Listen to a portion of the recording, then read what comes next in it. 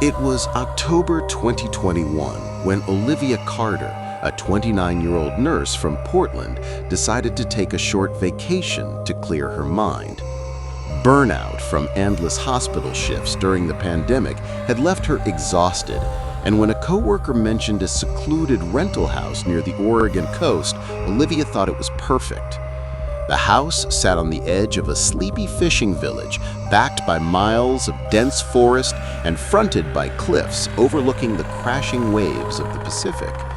The owner, a wiry old man named Harris, gave her the keys and warned, "The fog rolls thick here. Don't go out at night, no matter what you hear." She smiled politely, assuming he was just being superstitious. But the first evening she arrived, a heavy fog crawled in from the sea, blanketing everything in a wet, suffocating silence. Even the ocean, which had thundered below the cliffs all day, became muffled, distant, like the world itself was holding its breath. Olivia couldn't shake the feeling that she wasn't alone, even as she stood on the porch watching the mist curl against the window panes. The first 2 nights passed with uneasy quiet. Olivia explored the house, a creaking 2-story structure with faded wallpaper and the faint smell of mildew. She tried to relax, reading by the fireplace and making tea, but there was always the fog. It pressed against the windows, dense and impenetrable, and sometimes she thought she saw faint shapes shifting in it. On the 3rd night, as she prepared for bed, a sound broke the silence. A distant knock, rhythmic, echoing faintly from outside. She froze, clutching her mug, listening as the knocks grew louder, closer, until they rattled against the front door. When she finally found the courage to look, heart hammering, the porch was empty. Only her own footprints marked the damp wood. That night, she dreamed of voices, low, whispering tones rising and falling like a chant. When she woke, the bedroom window was open, though she was sure she had locked it before bed. A wet handprint smeared the glass from the inside. Disturbed, Olivia ventured into the village the next morning to ask about the fog and the strange noises. The locals were tight-lipped, avoiding her eyes, until a fisherman's wife finally muttered, "We don't talk about what lives in it." Another villager told her in hushed tones that the cliffs near her rental had once been the site of shipwrecks in the 1800s. Dozens of sailors drowned in the misty waters, their bodies never recovered. Old stories claimed their restless spirits wandered inland, carried by the fog, forever knocking on doors in search of warmth and shelter. Olivia laughed nervously, but unease twisted inside her. That evening, as the fog thickened again, she swore she saw dark figures moving slowly between the trees near the edge of the property. Tall, swaying forms, their movements unnatural, jerky, like puppets on strings. When she blinked, they vanished, leaving only the mist curling in their place. By the 5th night, Olivia was exhausted, her nerves fraying. She set up her phone to record the living room, hoping to catch proof of the disturbances.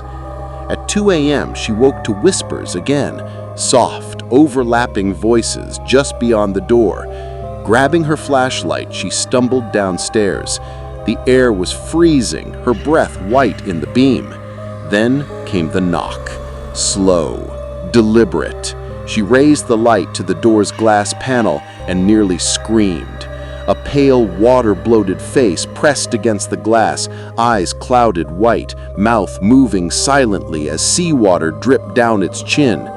She stumbled back, but more faces emerged in the fog outside, dozens of them staring, whispering, their hands smearing wet trails down the glass. The house shuddered as if something massive pressed against it, and then, with a deafening crack, the front door burst open. Fog poured inside like liquid, filling the hallway. Shadows writhed in it, long arms stretching toward her as the whispers turned into guttural cries. Olivia ran. She didn't think, she just bolted through the kitchen, out the back door, and into the trees. The fog swallowed her instantly, dampening every sound except the pounding of her heart. Branches tore at her arms as she stumbled blindly forward, chasing the faint outline of a path. Behind her, the whispers grew louder, closer, until they seemed to curl around her ears. She risked a glance back and saw them, figures forming from the mist, shambling but fast, their faces twisted in eternal drowning agony. One reached for her, its bloated fingers brushing her hair, and she screamed, surging forward with adrenaline she didn't know she had.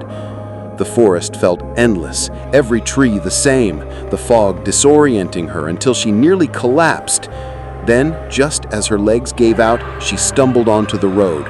A truck's headlights pierced the mist, blinding her. She waved frantically, and the driver skidded to a stop, hauling her into the cab as the figures melted back into the fog. The next morning, shaken and pale, Olivia gave her statement to the sheriff. The rental house was checked, but nothing unusual was found, except for salt water pooled in the living room and the warped front door hanging off its hinges. Her phone was recovered too, the recording intact. It showed hours of silence until 2:03 a.m. when dozens of faint shapes filled the frame, pressing against the walls, their whispers rising like a chorus, before the footage cut to static. Locals refused to discuss it, only shaking their heads and muttering prayers. Olivia never returned to that coast again. To this day, she wakes some nights, certain she hears the knocking again, faint but deliberate, as though the fog has followed her inland, patiently waiting outside her window. And she knows deep down what Harris meant when he warned her. The fog is never just weather. Sometimes it carries the dead with it.